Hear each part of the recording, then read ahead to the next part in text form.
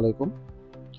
আমার নিউজ চ্যানেলের পক্ষ থেকে সবাইকে স্বাগতম।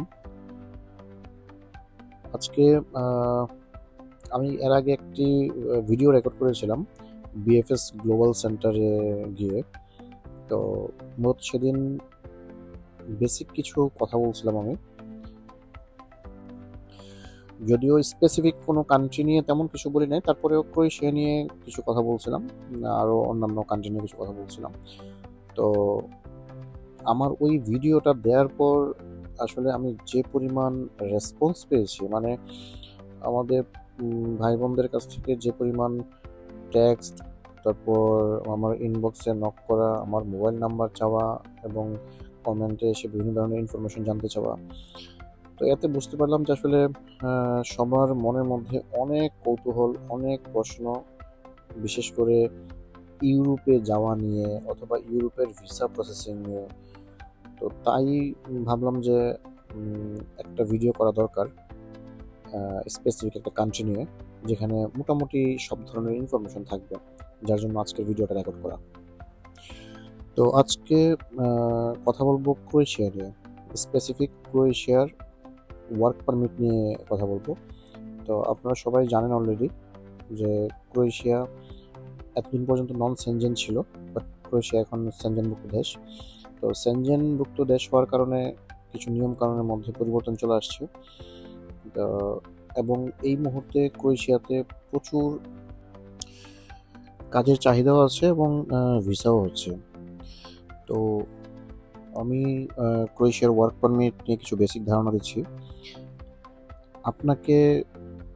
একদম বেসিক যে কোয়ালিফিকেশনটা আপনার, আপনি যেই কান্ট্রি থেকে অ্যাপ্লাই করেন, আপনি দুবাই থাকেন, সৌদি আরব থাকেন, কাতার থাকেন, ওমান থাকেন, যে কান্ট্রিতে থাকেন, ইভেন বাংলাদেশ থাকেন, যদি বাংলাদেশে থাকেন তাহলে তো বাংলাদেশে আপনার লিগ্যালিটি আছে, আপনি বাংলাদেশের নাগরিক।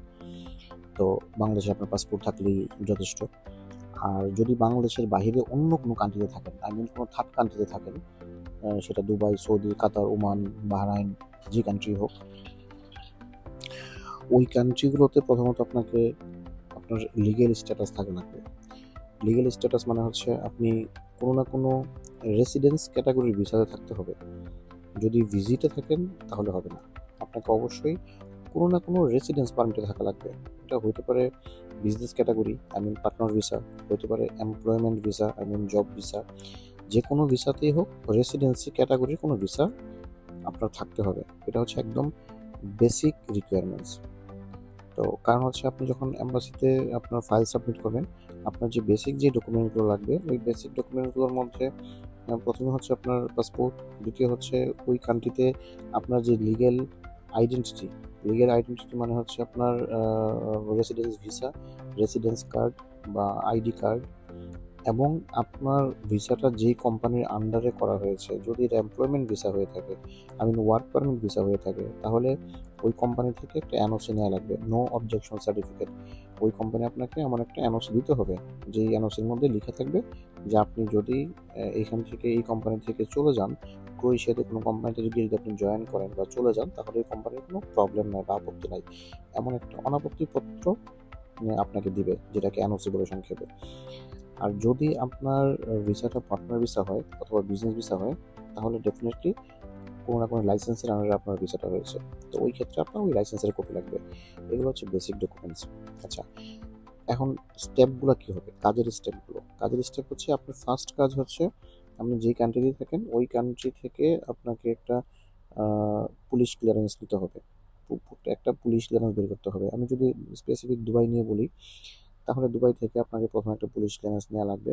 বাংলাদেশ যদি হয়ে থাকে তাহলে বাংলাদেশের পুলিশ ক্লিয়ারেন্স নিতে হবে। যদি অন্য কোনো কান্ট্রি হয়ে থাকে ওইখান থেকে পুলিশ ক্লিয়ারেন্স নিতে হবে। এই পুলিশ ক্লিয়ারেন্সটা নেওয়ার পর এরপরের কাজ হচ্ছে, এটাকে মুফা বলা হয়, MoFA, ministry of foreign affairs. Ministry of foreign affairs থেকে এটাকে লিগ্যালাইজেশন করতে হবে। ক্রোয়েশিয়ার ভিসার সাবমিট করার জন্য, পারমিটের জন্য অ্যাপ্লিকেশন সাবমিট করার জন্য পুলিশ ক্লিয়ারেন্সটাকে ডবল লিগ্যালাইজেশন করতে হয়। Double legalisation double double legalisation মানে হচ্ছে যেই কান্ট্রি থেকে আপনি পুলিশ ক্লিয়ারেন্সটি নেবেন, ওই কান্ট্রির দুইটা অথরিটি থেকে আপনার পুলিশ ক্লিয়ারেন্সটাকে অ্যাটাস্টেশন করতে হবে। এটা কি বলে ডবল লিগ্যালাইজেশন। তো এর মধ্যে একটা অথরিটি হচ্ছে মিনিস্ট্রি অফ ফরেন অ্যাফেয়ার্স এবং আরেকটি অথরিটি হচ্ছে ক্রোয়েশিয়ান এম্বাসি। তো মিনিস্ট্রি অফ ফরেন অ্যাফেয়ার্স যেটা, এটাকেই বলা হয় মোফা, MOFA, মোফা। এটা কমপ্লিট হওয়ার পর এরপর আপনার পুলিশ ক্লিয়ারেন্সটি আপনি নিয়ে যাবেন ক্রোয়েশিয়ার যে BFS সেন্টার আছে ওয়ার্কমলে, BFS সেন্টারে। ওইখানে BFS সেন্টারে ওদের নির্দিষ্ট ফি আছে, ওই ফি দিয়ে আপনি পুলিশ ক্লিয়ারেন্সটি জমা দিবেন। জমা দিলে 3 থেকে 4 দিনের মধ্যে ওরা এম্বাসি থেকে পুলিশ ক্লিয়ারেন্সটিকে অ্যাটাস্টেড করে আপনার মোবাইলে আবার SMS দিবে। আপনি মেসেজটা যখন পাবেন তখন গিয়ে আপনার পুলিশ ক্লিয়ারেন্সটা আপনি আবার কালেক্ট করে নিয়ে আসবেন। আপনার ডকুমেন্টেশনের কাজ কমপ্লিট। জটিল কাজ যতটুকু, এটা 4-5 দিনের মধ্যে আপনার এটা কমপ্লিট হয়ে যাবে। আচ্ছা, এরপর আপনার সেকেন্ড স্টেপ। সেকেন্ড স্টেপ মানে হচ্ছে আপনাকে এখন ওয়ার্ক পারমিট কালেক্ট করতে হবে ভিসার জন্য। ঠিক আছে, ডকুমেন্টস আপনার হাতে রেডি, এখন আপনার ওয়ার্ক পারমিট কালেক্ট করতে হবে। এখন এই ওয়ার্ক পারমিট কালেক্ট করার জন্য যে ডকুমেন্টসগুলো লাগবে, এই ডকুমেন্টসের মধ্যে একটা গুরুত্বপূর্ণ ডকুমেন্টস হচ্ছে এই পুলিশ ক্লিয়ারেন্স, লিগেলাইজড পুলিশ ক্লিয়ারেন্স, মানে যেই পুলিশ ক্লিয়ারেন্সটা আপনি লিগেলাইজেশন কমপ্লিট করেছেন।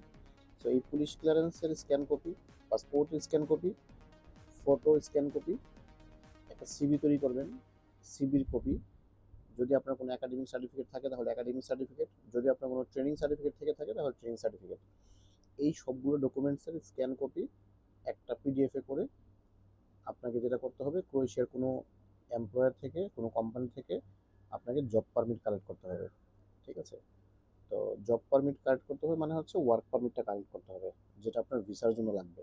ঠিক আছে, এখন এটা আপনি যদি আপনি নিজে কোয়ালিফাইড হন, যদি আপনি নিজে কমিউনিকেশন করে যদি কালেক্ট করতে পারেন, ওয়েল তাহলে তো ভালো করলেন। যদিও এটা এতটা সহজ না, হ্যাঁ, কারণ এখানে আপনাকে দীর্ঘদিন ধরে আপনাকে কমিউনিকেশন মেনটেন করতে হবে, ওদেরকে বুঝাইতে হবে, অনেক ব্যাপার এখানে আছে। তারপর যদি পসিবল হয় আপনি হয়তো কালেক্ট করতে পারবেন।